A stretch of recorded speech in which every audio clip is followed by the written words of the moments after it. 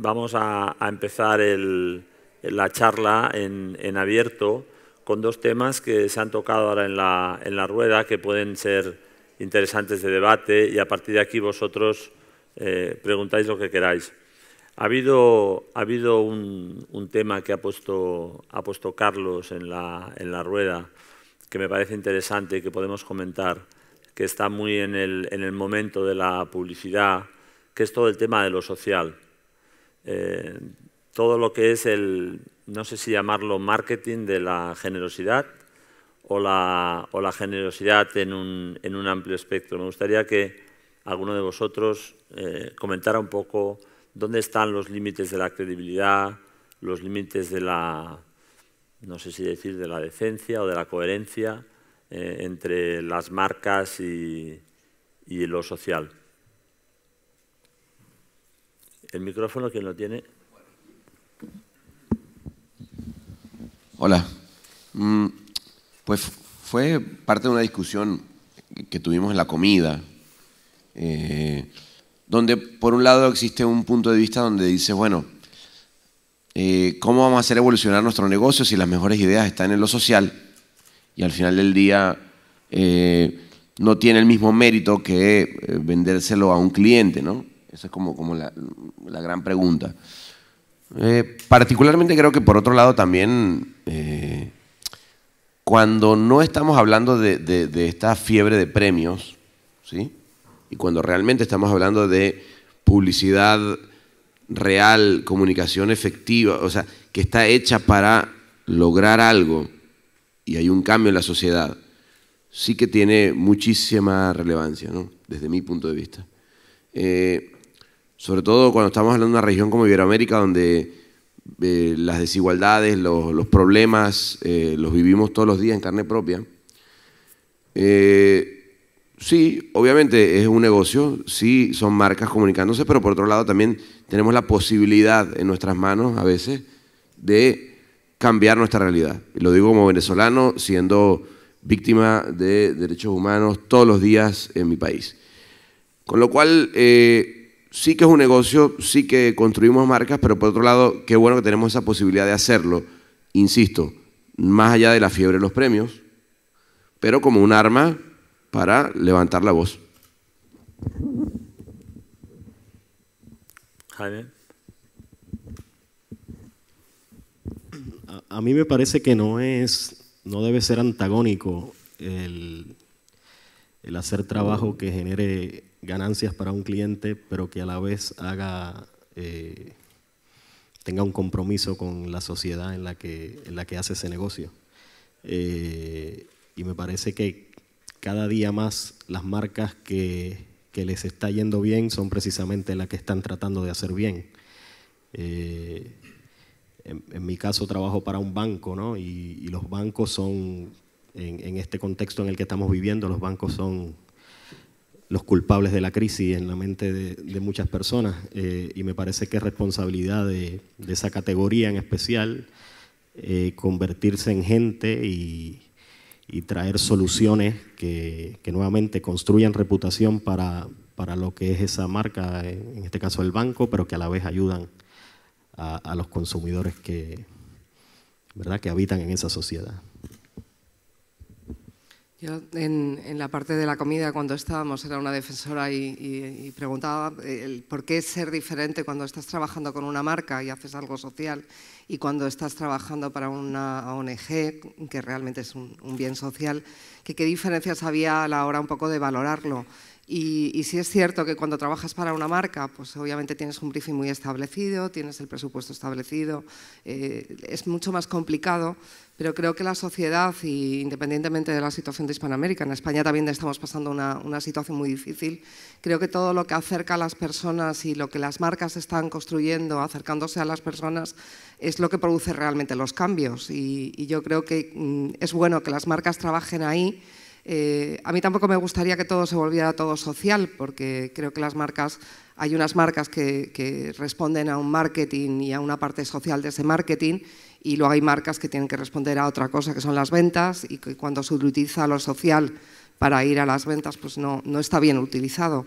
pero realmente creo que la sociedad en cualquier lugar del mundo, no me refiero solamente al entorno de este festival, creo que todos demandamos como consumidores al final que las marcas sean muy cercanas a nosotros y nos llegan mucho más y nos aportan, y somos nosotros realmente los que desde aquí podemos provocar ese cambio en la sociedad, y creo que es algo bueno porque hemos sido a veces muy estáticos con eso y creo que las marcas tienen la posición como para hacerlo.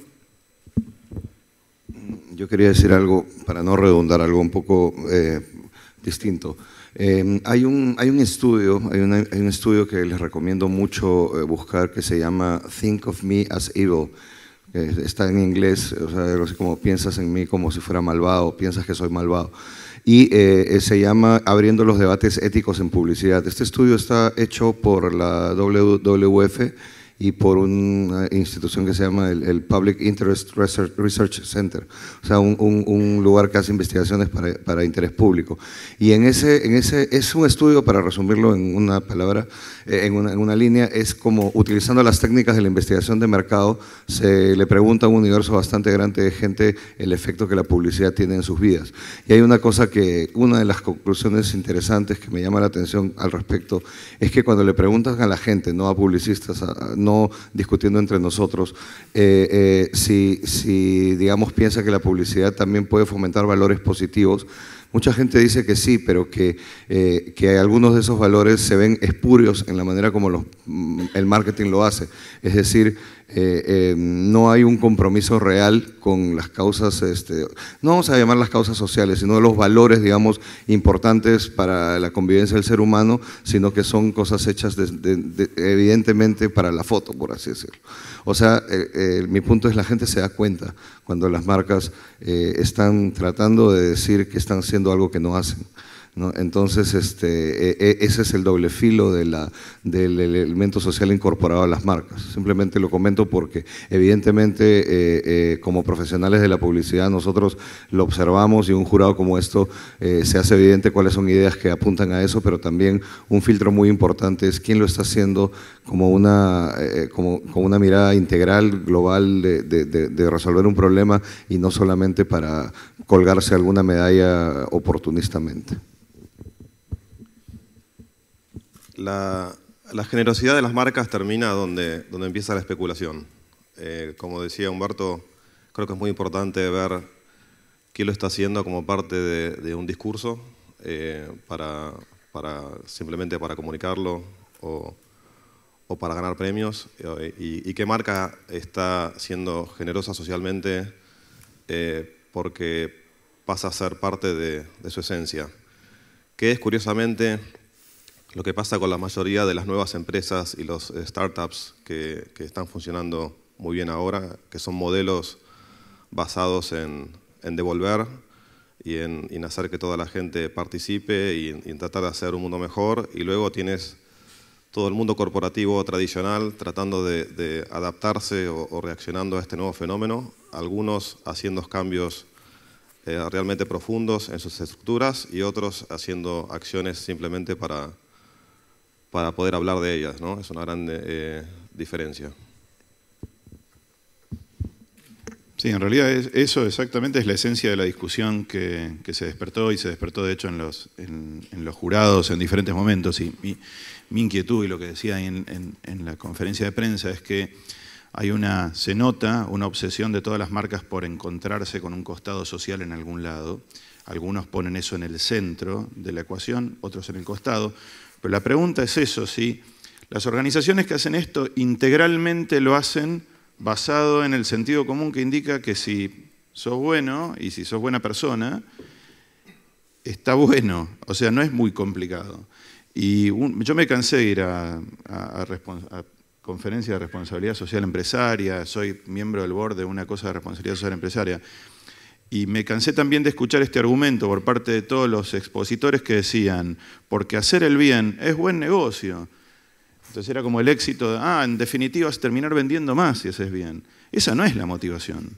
En realidad la motivación no solo no es esa, sino que es probablemente la contraria. Si haces bien, quizás no te vaya tan bien, quizás no vendas tanto. Puede que ocurra eso. Pero el problema es que si vos convences a toda una organización que tiene parte en Wall Street, que tiene CEOs que son resultadistas del próximo trimestre, y le justificás el bottom line, lo que quiere decir, si haces más guita vas a estar bien y qué sé yo, dentro de 3 meses, que es moda, 6, 9, puedes pasar por el hacer las cosas bien. Pero cuando deje de ser esa la moda, el bottom line va a ser el mismo. Y ese es el problema que tiene esta profesión. Y yo me preocupo porque más que nada por todos nosotros y nuestra felicidad haciendo este trabajo, pero por ustedes y sobre todo por la gente más joven. ¿Qué es lo que van a aprender de nosotros? Que si vos sos como una organización, sos medio garca, pero hacés 2, 3 cosas que pintan bien y que en el chart de reputación das arriba, está todo bien. Dale que va y seguí porque tapás todas las otras cosas que haces por otro lado. Y cuando nosotros votamos campañas integradas, votamos en realidad integralidad. Lo que la gente hoy ve es integralidad en las empresas. Y todos tenemos cosas que no funcionan bien. En mi agencia yo tengo cosas que no funcionan perfectamente bien. La rampa de discapacitados de la agencia que tenemos, que eso es un desastre. O sea, no voy a decir que nosotros tenemos absolutamente todas las cosas que están bien y puse un ejemplo que parece frívolo, pero no lo es. Pero me parece que tenemos que estar atentos a eso. Whole Foods tiene la mejor frase que creo que se puede tener hoy en día que representa este espíritu. En las bolsitas de Whole Foods, cuando vas a comprar, que son alimentos orgánicos y que yo en Estados Unidos es un boom y está en Europa, que dice, no es algo que haces, es todo lo que haces. Si uno piensa en función de no es algo que haces, es todo lo que haces, y lo pones en el centro de la ecuación, los tipos que se tienen que hacer cargo de esto son de los CEOs y los directores y el board y qué sé yo, para abajo. Y ahí es donde está un poco lo que estábamos diciendo, me parece, respecto de, ¿está realmente en la agenda o nos convertimos en unos boludos convenientes que hacemos cosas que hacen quedar bien a las empresas hoy, acá, en el veranito de Cannes y de San Sebastián y qué sé yo, pero la cosa sigue más o menos parecido? Pues la gente no está muy convencida. Latina salió con un artículo el otro día diciendo que la credibilidad de la publicidad está en su baja histórica más grande respecto de lo que la opinión pública cree de los mensajes de las empresas. Ahí hacete cargo de esto. De ahí que tenemos este debate entre todos nosotros.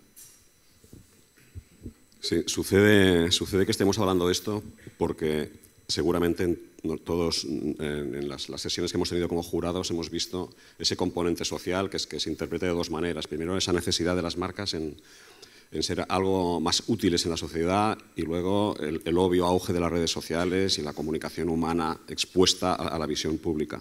Yo creo que ahí también me parece que estamos en un punto de inflexión porque hasta ahora la industria de la publicidad creaba percepciones, posicionaba las marcas y se quedaba en esa capa superficial de cómo la gente puede interpretar perceptivamente esa compañía.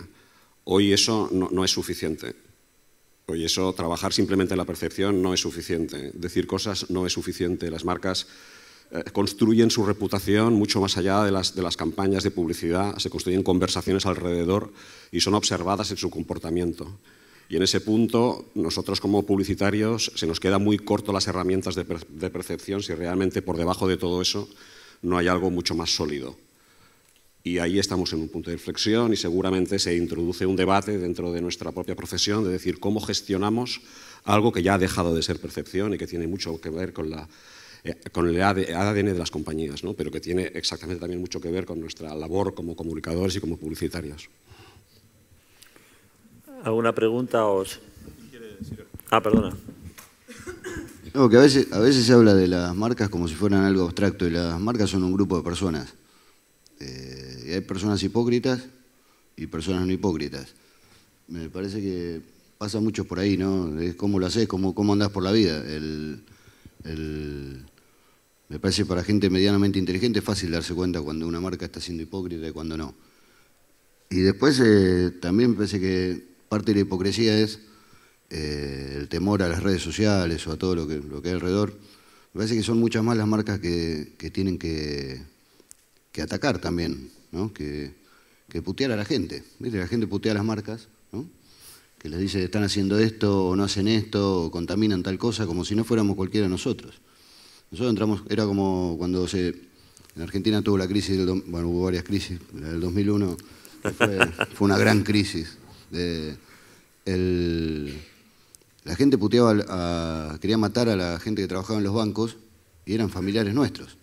O sea que tampoco, parece que cuando hablamos de las marcas hablamos como si fueran gente que se convierte, que tiene que ser impoluta y tiene que ser perfecta. En todo caso, lo que hay que ver, como decía Carlos, es el tema de la intención, ¿no? De con qué intención lo están haciendo y si es relevante o no. Después no hay que pedirle demasiado tampoco. Cuando llegamos... perdón. Si hay preguntas, levantad la mano y cuando yo vea varias manos, dejo mis preguntas y pasamos a las vuestras. Otro tema que está encima de la mesa estos días, hace unas semanas, fracasó una gran fusión dentro de nuestra industria. En el festival hemos también intentado tener mucha presencia de lo que son proyectos independientes al otro lado, ¿no? Y ayer, o antes que está aquí sentado en primera línea, explicaba la anécdota de que cuando buscan talento, se daba la anécdota de que había unos en un piso y no sabían cómo pagarles. Todos vosotros sois estos grandes talentos a los que se refería Walter o se refería Guido ayer en la charla de Coca-Cola. ¿Cómo veis vosotros desde el talento creativo lo que está ocurriendo a nivel internacional? ¿Qué aportan las grandes plataformas versus proyectos independientes con otra conciencia como un Madre o Mother, etcétera?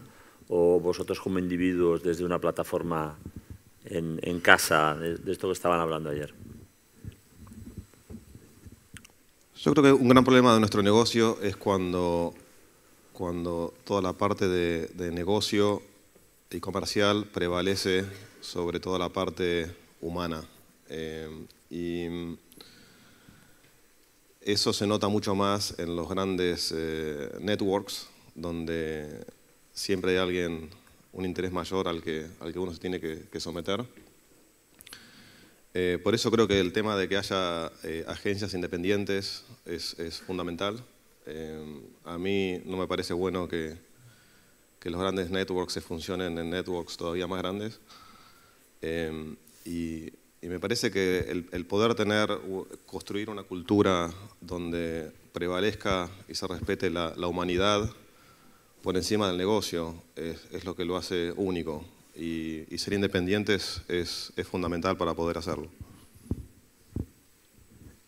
Yo igual veo algunos ejemplos y estoy de acuerdo que la independencia es fundamental para poder, en escala, por la cuestión de la escala es fundamental para poder entender que trabajas con gente, los valores, controlar esos valores, tener un chequeo. Pero también veo que hay una cosa que está bien, que es relacionable con lo que decía Martín antes, que pasa por las personas. Si las organizaciones son gigantescas y están desbordadas, están tan desbordadas y obesas que ya uno que vuelve a tener cierta libertad y en definitiva se da cuenta que depende de uno. Y me parece que hay muy buenos ejemplos de práctica profesional en agencias que son de network, que uno lo ve en personas, práctica profesional bien hecha, de lugares que uno diría, bueno, ¿cómo haces para hacerlo? Pero porque tiene que ver con la decisión personal de cada uno. ¿Lo querés hacer bien? ¿Lo querés hacer con buena fe?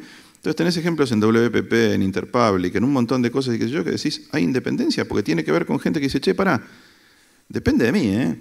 Por ahí me rajan, por ahí no, y qué sé yo, pero si soy coherente, la banco, le pongo talento a esto y qué sé yo, va a estar todo bien. Quiero decir esto porque el 90% del negocio está en esa situación. Y la verdad que nosotros destacamos un montón de trabajo muchas veces que tiene independencia de carácter y de opinión y demás, que es de gente que trabaja en networks y que tiene ese criterio y esa coherencia. Pasad para...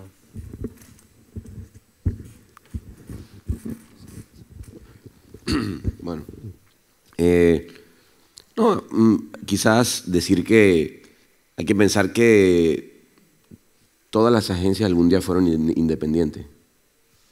Y tiene que ver con el emprendimiento, con gente que se planteó crear una industria o hacer algo y poner, ahora sí como en la mesa lo que querían hacer. Entonces creo que está bueno pensar desde ese punto de vista cuando hablamos de que obviamente que las agencias independientes son necesarias y son importantes en un mercado, porque te habla de gente que de pronto eso da un paso hacia otro lado y dice, no necesito depender de alguien para hacerlo, ¿no? Entonces creo que ahí es donde está el valor y tiene que ver con el valor del emprendimiento que pone en la mesa algo nuevo, ¿no?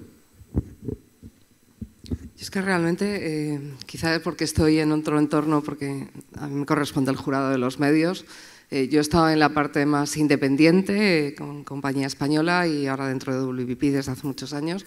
No creo que cohíban las ideas los grupos internacionales, creo que como CEO lo que nos cohíben son los números, pero creo que a vuestro nivel y al nivel de las ideas al final es, y yo creo que lo decíais alguno de vosotros, si al final esas empresas están dirigidas por personas y esas personas tienen el valor y la voluntad de que los trabajos se hagan de forma independiente y bien, no creo que cohiba para nada el pertenecer a un gran grupo. Otra cosa es la libre o no libre competencia, si nos vamos a quedar más o menos grupos. Y me parece fantástico que haya compañías muy creativas, como es el caso de Mother, que quieran trabajar de una forma independiente. En el caso de los medios también pasa. Pero no creo que sea ni una cosa ni la otra. Y no creo que los grupos, y sobre todo en la parte más creativa, no dejen de hacer cosas. Creo. Yo quería decir una cosa breve. Cuando a mí me llega en un lugar como esto que estoy, pues al otro lado del mundo de mi oficina, y me llega un mail o una llamada donde sé que hay un problema con un cliente, o algún problema pequeño, grande, potencial o real, lo primero que pienso es, mierda, ¿por qué no tengo tiempo para ir a atender ese problema yo mismo?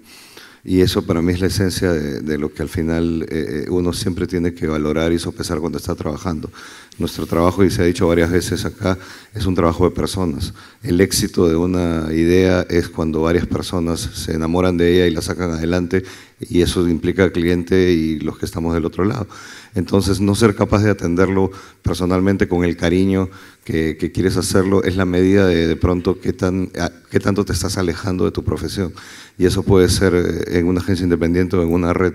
Finalmente, el tema es seguir entendiendo que o debes armar un equipo que te represente y represente tu pensamiento como líder de una empresa y tener los fondos para pagarlo, ¿no? Pero tiene que ser un equipo comprometido de la misma manera. Y ahí el tema es no alejarnos de lo que es esencial en nuestro negocio, que es estar conversando cara a cara con un cliente para solucionar su problema. A veces a mí me parece que es una excusa quejarse de una red, ¿no? Como decir, porque estoy acá no puedo hacer cosas buenas o no podemos hacer eso. No, y después el tema de la libertad, ¿no? Que me parece que el tema de la libertad es importante. No es solo un tema económico, sino un tema ideológico de qué agencia quieren tener las redes, si es una buena red o no es una buena red. Desde mi punto de vista, lo mejor que uno puede hacer por una red es que tenga la mejor oficina local, la oficina local más fuerte, ¿no? Y no tomar lo malo de pertenecer a una red, que es escudarse en eso, ¿no? Y pensar que estás blindado o que esas reuniones de 20 personas en un hotel te van a salvar la vida. Y en el caso de las libertades, nosotros tuvimos un problema con un aviso de las Islas Malvinas, estando en una agencia inglesa, y la verdad que no nos echaron, tampoco se pusieron contentos, pero me parece que también es un buen mensaje, ¿no? Que una agencia se pueda sentir independiente, aunque no lo sea. Yo también estoy de acuerdo en que no es ni una cosa ni la otra. Mi punto principal era que para mí que siga habiendo agencias independientes es importante en el mix. Pero también está bueno cuando pasan con oficinas locales que logran una especie de, o se ganan, una especie de independencia dentro del network, sobre todo a través del buen trabajo. Pero nada, en tema de construir una cultura, por lo menos a nosotros en 14 años, el tema de ser independientes nos ayudó mucho a hacer todo lo que quisimos hacer y no hacer todo lo que no quisimos hacer. Pero bueno, es un tema que para mí fue una experiencia mucho mejor que trabajar en un network, pero bueno, cada uno tiene su propia carrera.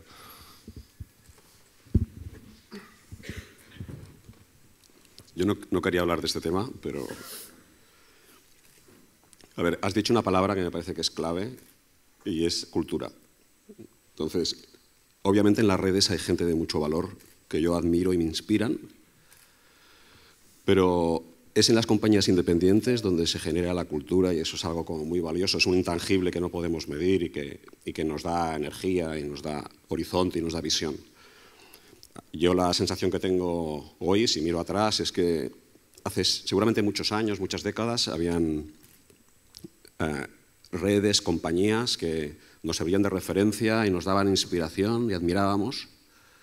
Mi sensación ahora es que si yo miro en mi entorno y veo las redes, no me provocan ningún tipo por sí mismo de admiración. Es más, creo que están destruyendo la cultura de la creatividad y de la comunicación que tanto nos ha costado construir. Afortunadamente existen compañías independientes que la conservan, pero me parece que es dejar en pocas manos algo que es lo más valioso que tiene esta industria. En mi opinión, exigiría a las grandes redes que toman las decisiones de lo que es el futuro de esta industria que protegieran un poco más eso tan valioso, que se volvieran a convertir en compañías que todos podamos admirar y que todos nos inspiren.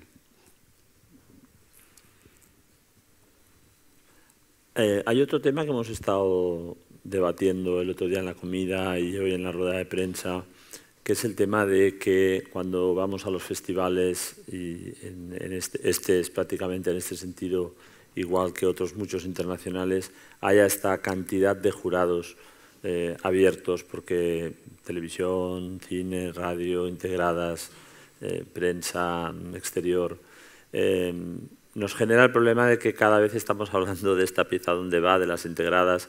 ¿Hasta qué punto creéis que a futuro inmediato o medio deberíamos tener 3 jurados grandes en el que hubiera muchas secciones, muchas categorías, perdón, o deberíamos mantener por la pureza del juicio y tener más en cuenta las limitaciones de cada medio los temas separados? ¿O habría que tener un integradas, un mono medios y un innovación?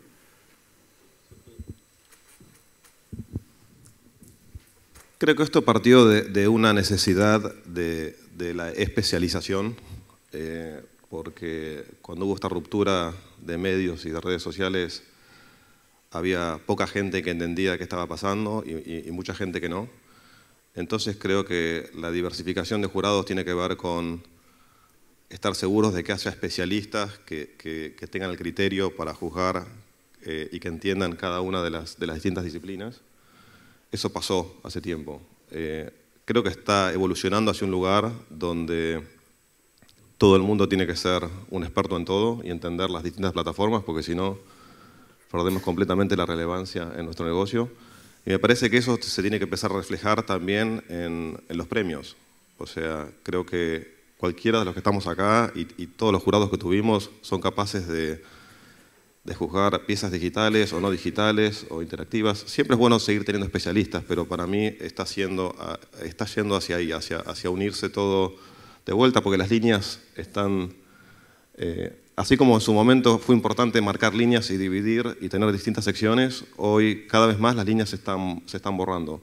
Entonces, para mí, personalmente, la unificación me parece que es bueno, y también como criterio de un premio es bueno que en algún momento todos los presidentes de los jurados vean el trabajo de la totalidad del premio y puedan tener decisión. Para mí sería ideal que todos los oros, si hubiera categorías distintas, fueran vistas por todos los presidentes de los jurados y que todos los Grand Prix se decidieran en un paso siguiente, porque me parece que eso va a dar un resultado más coherente para todo el premio en general que todas las decisiones tomadas de manera estanca, ¿no?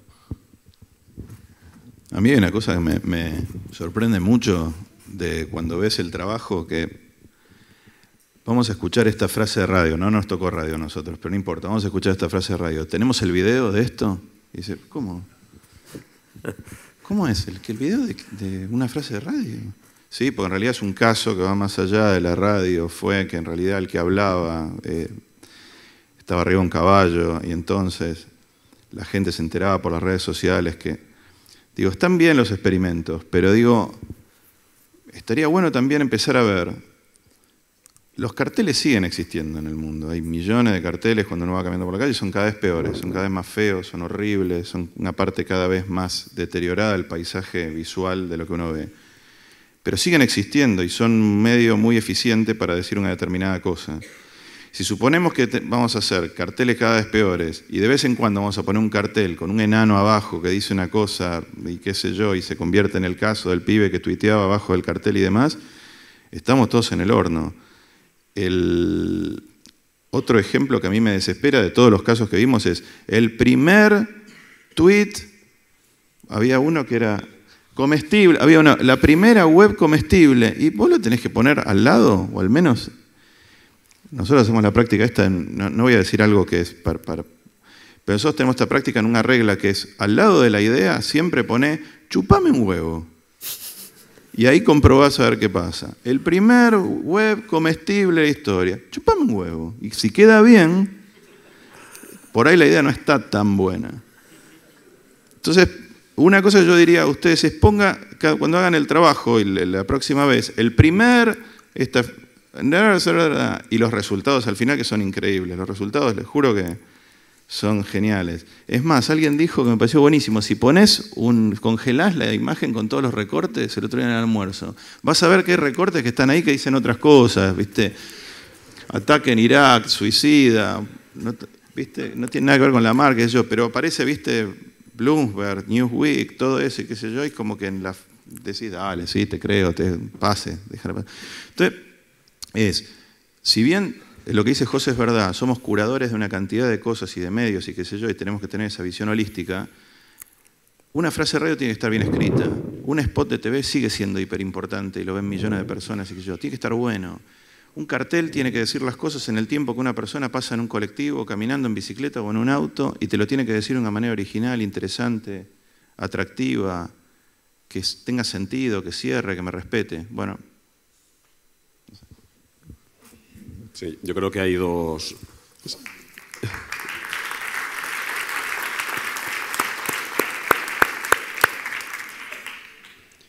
Se producen dos fenómenos. Primero, es cierto que la comunicación cada vez es más transversal y todo tiene que ver con todo, incluso todo tiene que ver con una disciplina que está ahí en un rincón, que es relaciones públicas, ¿no? Pero que nos afecta a todo tipo de comunicación.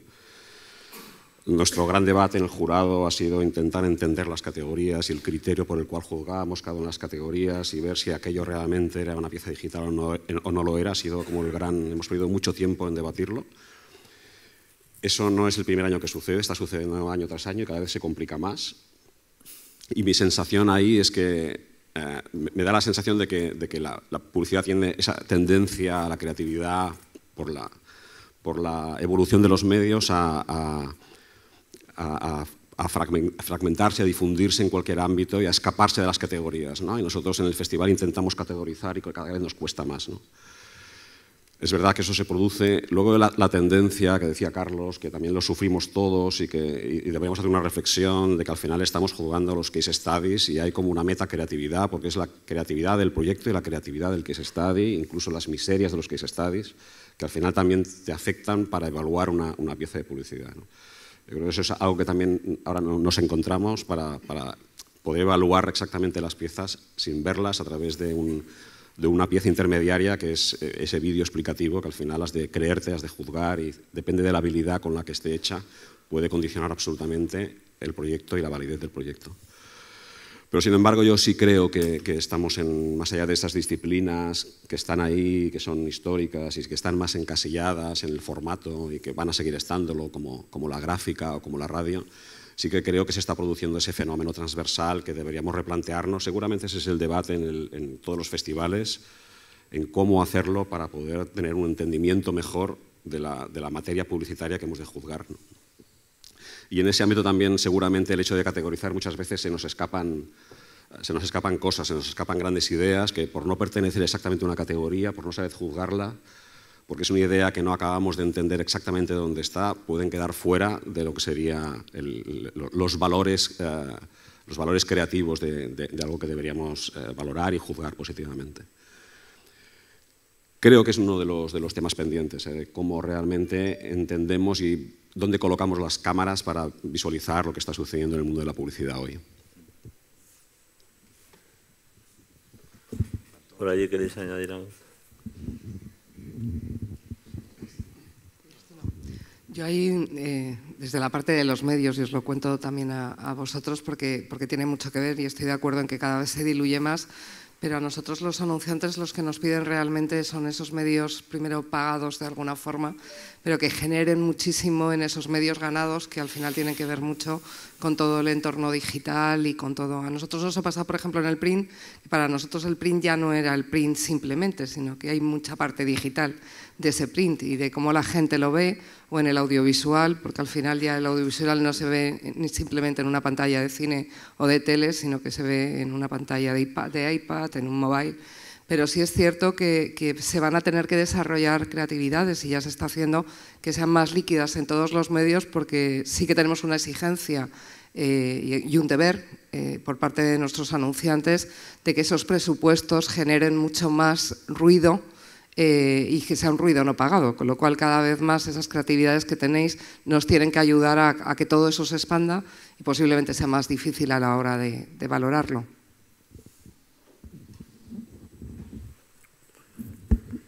¿Pregunta?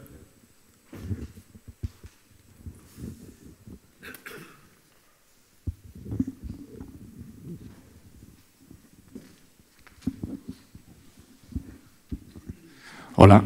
Me gustaría volver, si no os importa, al tema de la responsabilidad social corporativa, que parece que es uno de los temas del año, si es verdad o no, o si es consistente en los mensajes sociales que están lanzando las marcas o no. Concretamente este año, el anunciante del año en el festival es Coca-Cola, que se ha metido en unos buenos líos últimamente, líos de comunicación, a pesar de que sigue haciendo una publicidad social, somos la marca de la gente, estamos con la gente, etcétera.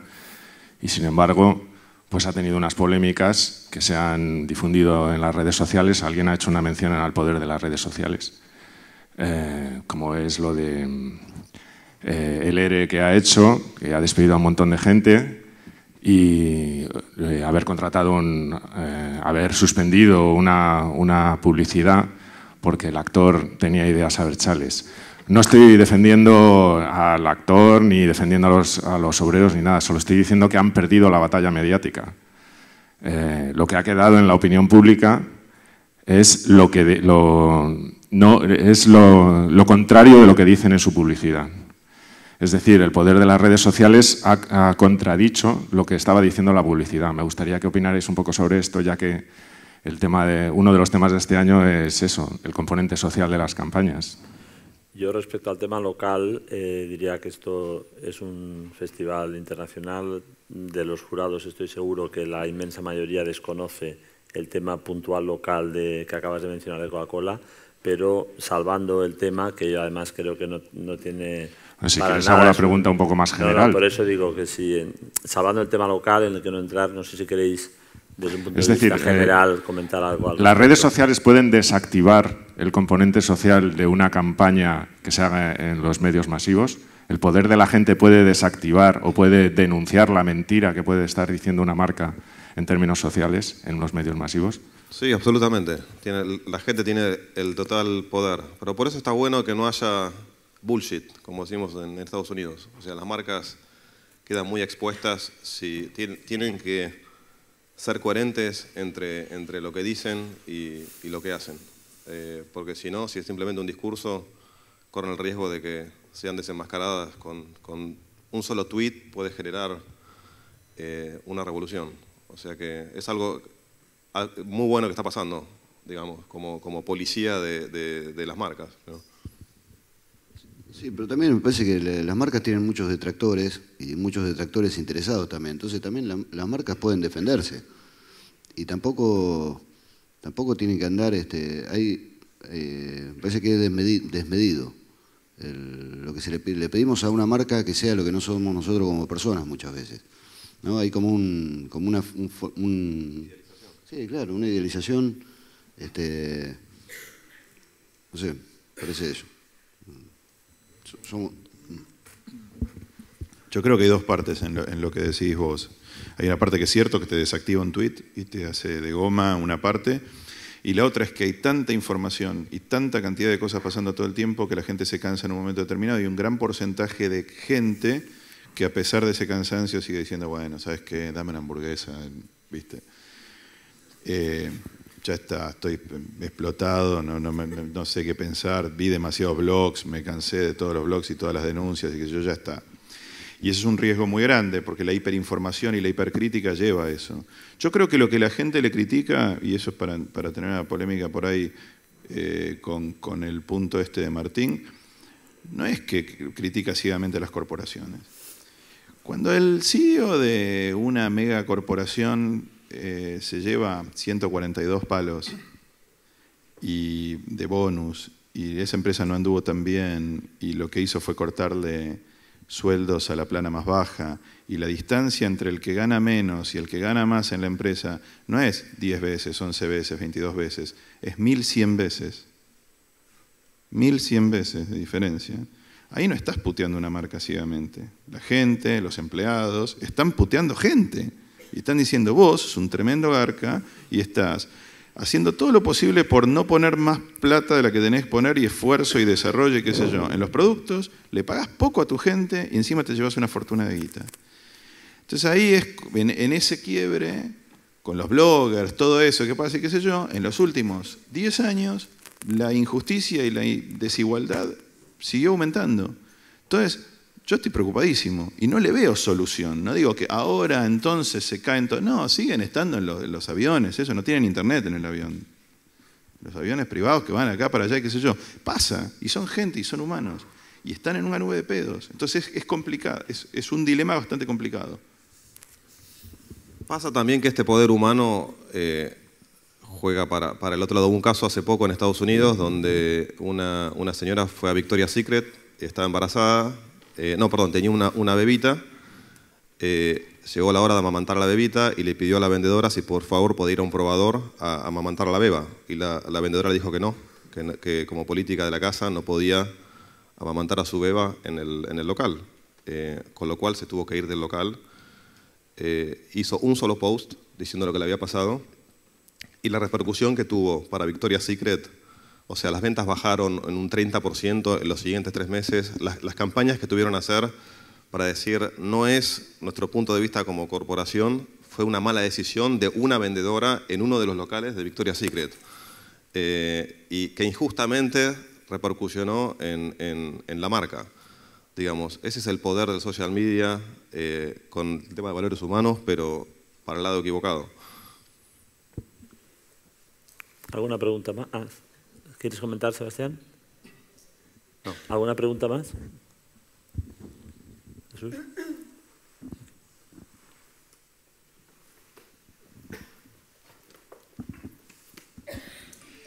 Sí, precisamente aprovechando que estáis aquí, puntos de vista tan distintos y que además habéis cambiado varias veces de trabajo. Por ejemplo, Carlos, ahora estás trabajando en Europa, has trabajado en Latinoamérica, ahora lo ves desde otra perspectiva y estás hablando de un punto social que está muy en boga en Latinoamérica, pero no sé si está de la misma manera en Europa, en donde estás trabajando ahora, viviéndolo de la misma manera, o en Estados Unidos, con vosotros, que estáis en ambos lados del continente y muchos de vosotros os ha tocado vivir esa situación, con lo cual la pregunta es precisamente eso, es en qué medida está afectando el norte, del sur al norte o el norte al sur en vuestro trabajo y, como decía también el presidente de Coca-Cola, ya que hemos hablado de él, Mutarken, dentro de poco Estados Unidos va a ser el país hispano más grande del mundo, ¿no? Dentro de relativamente poco. De hecho, él hace planes hasta el 2020 y este ha sido un escalón un tanto duro que ha tenido que pasar la marca, pero en el cómputo global, como creativos, ¿qué estáis viendo ese cambio del sur al norte? Argentinos estáis en todas partes, el presidente del Círculo de Creativos Hispanos es argentino, pero dentro de poco le va a costar poquísimo ser también el presidente del Círculo de los Creativos Americanos. Pues, ¿cómo estáis viendo ese cambio? ¿Estáis cambiando algo o os está pasando lo mismo que decía Carlos, que decíais que al llegar a esas grandes compañías al final te conviertes en compañía y no tanto en el ser independiente que quería cambiar las cosas? En lo creativo, ¿eh? Yo, por lo menos en Estados Unidos, creo que lo que está pasando que es bueno.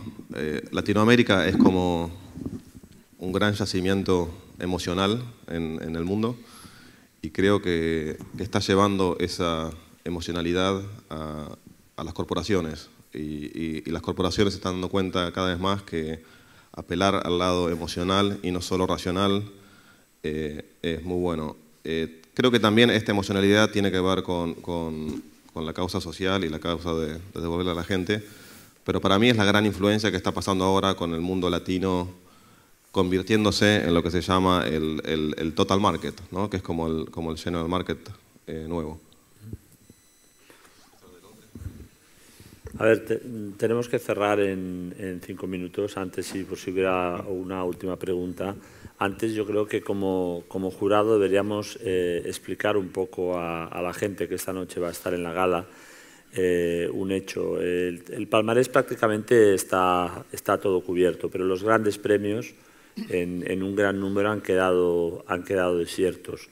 Me gustaría saber un poco desde vuestro punto de vista y compartiéndolo así en abierto, los jurados que no han entregado los grandes premios, hasta qué punto realmente esto pues, es un castigo, hasta qué punto es un reto que ponéis sobre la mesa o simplemente pasó. Antes que nada quiero aclarar algo que hablamos todos, en nuestro caso dimos los 2 Grand Prix, pero que no haya Grand Prix no refleja que nosotros como jurados no hayamos sentido que haya sido un festival muy fuerte y que hay muy buenas ideas. O sea, no es un reflejo necesariamente de eso, ¿no? Sí, explicar por qué no hay Grand Prix no es fácil. O es muy fácil, no hay Grand Prix. A veces pasa que hay muchas piezas que seguro son oro y seguro no son Grand Prix, como tratamos de evaluarla nosotros. Y pasó eso, pero hay muchos oros muy buenos y coincido con José, el nivel es muy bueno. Ya, en nuestro caso, en marketing promocional, sí hay un Grand Prix porque efectivamente los límites que se plantea la especialidad hacen que haya una idea que utilizando todos los resortes de esta categoría logra excelencia y tiene una idea, pero hay otras ideas que de pronto en otras secciones del festival ganaron un metal más grande del que están ahí. Digamos que también las cosas cambian mucho cuando hay según la disciplina. Sí es cierto que hay ideas que son tremendamente líquidas y que van por todos lados, pero no significa que todas sean así o que hoy en día una idea funcione para todo. Y es parte de los jurados estar alertas para entender que, bueno, si se llama marketing promocional, funciona dentro de unos parámetros y otras categorías como cine o TV es otra cosa. Bueno, aquí en nuestro caso la plática un poco se relaciona con lo que hablábamos ahorita también del tema de marketing social y bien público. No pudiendo ser premiado, a veces sucede que existe ese conflicto, ¿no? Donde de pronto de los oros que están compitiendo existe oye, no podemos dar Grand Prix a este bien público. Entonces ahí se establece un planteamiento y es, bueno, ok, sacando todo esto, lo que está, ¿debería tener Grand Prix? Pues no necesariamente, ¿no? En nuestro caso hubo 4 oros, de esos 4 oros, dos oros eran candidatos a Grand Prix y es curioso porque en ninguno de ellos hubo una mayoría absoluta o unanimidad, pero hubo uno de ellos que se acercó mucho, ¿no? Y es curioso porque hablábamos ahora de las redes sociales. Y dentro del debate fuimos bastante rigurosos y entramos precisamente a las redes a tratar de buscar más información sobre ese oro y mientras más información conseguíamos, el nivel, ¿verdad?, esa mayoría empezaba a bajar, porque encontrábamos que el nivel de riesgo que se le veía a esa pieza bajaba un poquito cuando hacías un pequeño, ¿verdad?, análisis. Pero me uno a lo que dicen los compañeros de que no es porque las piezas hayan sido menos buenas, fue por una cuestión de unanimidad o de mayoría absoluta. Por aquí Carlos, Dani, ¿queréis comentar algo?